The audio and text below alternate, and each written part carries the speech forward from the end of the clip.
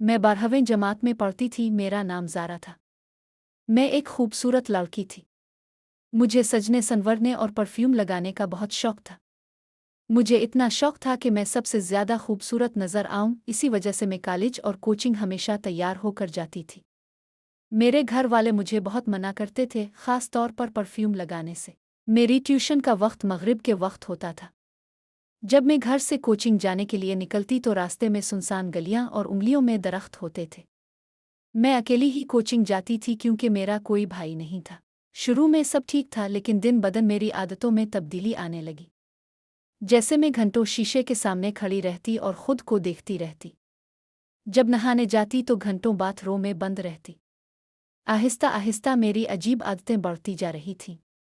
मैंने सबसे बातचीत करना छोड़ दी और अपने आप से ही बातें करने लगी। मैं बाल खोलकर कोचिंग जाना शुरू हो गई। मेरी उम्मी ने जब मेरी आदतों को नोट करना शुरू किया तो वो परेशान हो गई। जब मैं बाथरूम जाती तो घंटों लग जाते। उम्मी बार बार कहती कि बाहर आओ, लेकिन मैं नहीं आती। जितना वो मना करती इतना ही मुझे गुस्सा आता और मैं वही हरकतें करती। एक दिन मेरी उम्मी ने महल्ले की एक बुजुर्ग औरत से मेरी इस तब्दीली का जिक्र किया। उन्होंने मशवरा दिया कि मुझे किसी शाह साहिब के पास ले जाएं। पूछते पूछते उम्मी को एक शाह साहिब के बारे में पता चला तो उन्होंने मुझे ले जाने का इरादा किया। जब उम्मी ने मुझे बताया तो मुझे बहुत गुस्सा आया और मैं उनसे लड़ने लगी कि मैं कहीं नहीं जाऊंगी। एक दिन उम्मी मुझे बगैर बताए बाजार जाने का कहकर शाह साहिब के पास ले गईं। शाह साहिब को देखकर मुझे बहुत गुस्सा आया और मैं अजीब हरकतें करने लगी। ऐसा लग रहा था जैसे मुझ पर किसी और का कब्जा हो।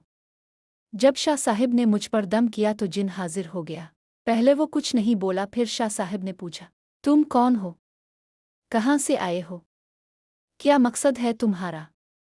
इस मासूम बच्ची को छोड़ दो। तो जिन ने खौफनाक आवाज में कहा, मैं इसे नहीं छोड़ूंगा, मुझे इससे इश्क हो गया है। शाह साहिब ने पूछा, तुम इस पर कैसे आए? जिन बोला, ये इतनी खुशबू लगाकर और सज सावर कर जाती थी, मुझे पसंद आ गई, अब मैं इसे नहीं छोड़ूंगा।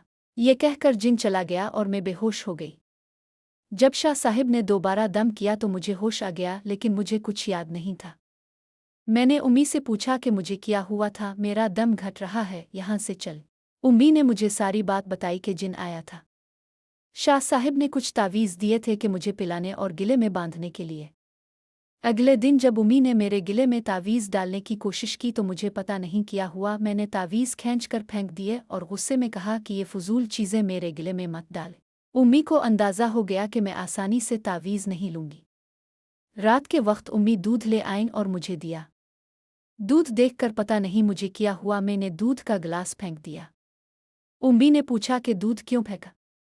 मैं तो रोज़ दूध देती हूँ। अचानक मैंने जिन की आवाज़ में कहा, दूध में तावीज़ डाले थे। कुछ दिन बाद महल्ले की एक औरत ने उम्मी को मशवरा दिया कि मुझे दरगाह ले जाएं। उम्मी मुझे लाल शहबाज कलंदर की दरगाह ले गईं। धमाल के वक्त मुझ पर जिन आ गया, मैं बेकाबू हो गई, मेरे बाल खिल गए, जिन जाहिर हो गया। फ़कीर ने कहा, इसका पीछा छोड़ दे। मैं तड़पने लगी, आंखें बाहर आ गईं। फ़कीर ने डोरी बांधी तो जिन बोला, मैं इसे नहीं छोड़ूंगा। फ़कीर ने कहा, वदा करो कि आइंदा इसे तंग नहीं करोगे। जिन बोला, नहीं छोड़ूंगा। फ़कीर ने पानी फेंका तो इसकी आवाज़ बदलने लगी, आंखें सुर्ख हो गईं। अचानक जिन चीखा, पानी मत फेंको। फ़कीर ने डोरी ज़ोर से पकड़ी। जिन बोला, मैं चला जाऊंगा, मुझे मत जलाओ, मैं इसका पीछा छोड़ दूंगा। और फिर वो चला गया। मैं बेहोश हो गई और फिर बिल्कुल ठीक हो गई। उम्मी ने मेरी सारी परफ्यूम फेंक दी। इसके बाद वो मुझे मेकअप करने नहीं देती थी। कुछ महीनों बाद मेरी शादी हो गई और मैं खुशी खुशी जिंदगी गुजारने लगी।